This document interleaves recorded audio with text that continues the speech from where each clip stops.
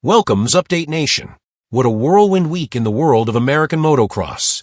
We have a seismic shift in the 450 class, with a reigning champion stepping away from the final two rounds, and an unprecedented level of transparency from his team regarding his dramatic crash.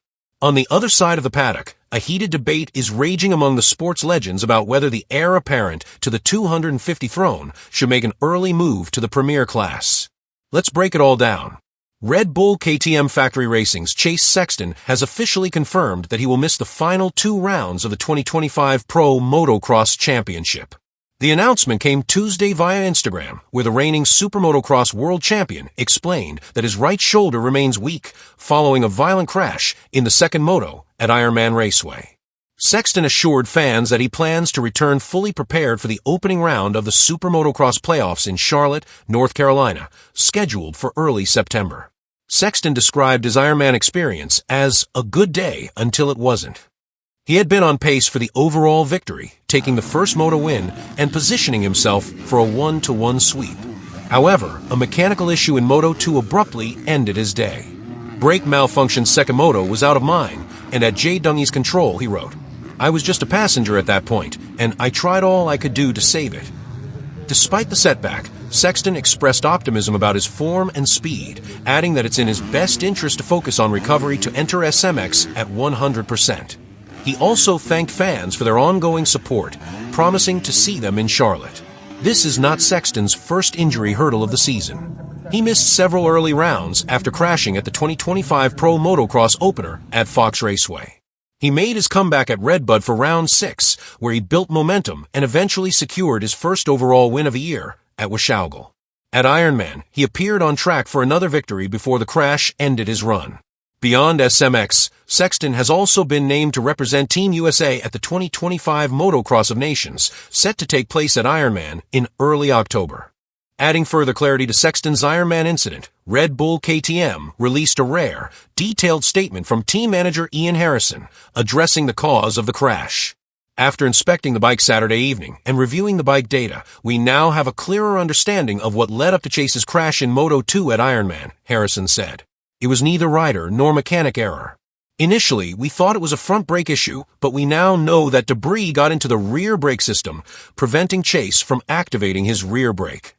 Harrison explained that this forced Sexton to rely solely on the front brake, causing him to enter a jump at a much higher speed than at any other point that day. When the bike landed, it hit on the right side, packing mud into the front brake lever and locking it in place, making it impossible for Sexton to continue. We will actively look for a solution to prevent this from happening again, Harrison added. But in racing, motocross is hard on equipment, and when you add the speed and intensity our riders compete at, it amplifies every challenge. This was disappointing for both Chase and our team, as well as the fans. Between Sexton's untimely exit, the ongoing Deegan 450 debate, and the looming SMX playoffs, the closing weeks of the 2025 motocross season promise no shortage of storylines. What an incredible mix of stories that remind us of the fragility and potential of this sport. From Chase Sexton's difficult decision and his team's commendable transparency to the lively debate around Hayden Deegan's future, these narratives are what make motocross so compelling. We'll be keeping a close eye on all these developments as we head into the final two rounds of Pro Motocross and the thrilling start of the SMX playoffs. Stay locked to the Update channel for all the latest. While Sexton's news dominated headlines, another topic has been stirring conversation in the paddock, Hayden Deegan potentially riding a 450 before the season ends. Despite Brian Deegan shutting down the speculation earlier, motocross legend Ricky Carmichael has reignited the idea. Carmichael tweeted that if Deegan clinches the 250 Pro Motocross title early, something that could happen at Unadilla, he should consider racing a 450 at the final round in Budds Creek. "I understand a risk," Carmichael said, "but I believe he has enough self-discipline to not put himself in a bad situation. I think he could learn a ton." Historically, such cross-class appearances were common. In 1990s, 125 riders often jumped into the 250 class on the opposite coast. Carmichael himself wishes he had done it. Legends like Damon Bradshaw, Jeremy McGrath, Damon Huffman, and Ezra Lusk all tried it, and in 1997 Kevin Windham even won a 250 round as a 125 rider, after debuting on the bigger bike in 1996 at just 17 years old. More recently, Ryan Dungey won the 450 class at the 2009 Motocross of Nations in his debut, and Cooper Webb impressed both at the USGP and MXON on a 450.